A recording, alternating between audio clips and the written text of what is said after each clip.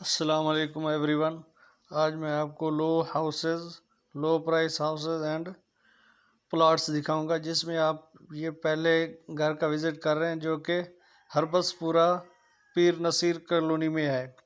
ये 1.5 मरले का घर है, ट्रिपल स्टोरी घर है, जिसमें 3 बेडरूम्स और 2 वाशरूम्स हैं, जिसकी ये आप गली देख रहे हैं जो कि बहुत ही खुली और अच्छा फ्रंट व्यू दिखाया गया है। इसके साथ ही ये दूसरा घर आप देख रहे हैं जो कि फैसलाबाद में है।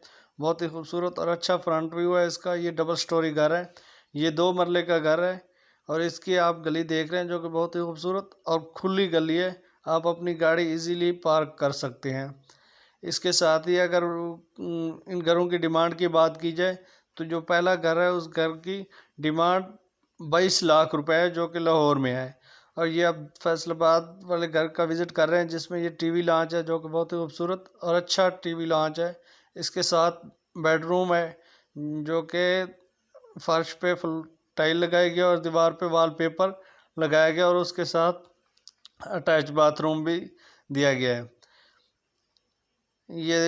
ये 2 मरले का घर है, जिसमें 2 बेडरूम, 2 वॉशरूम्स अटैच और किचन है, जो कि बहुत ही खूबसूरत और अच्छा किचन बनाया गया है।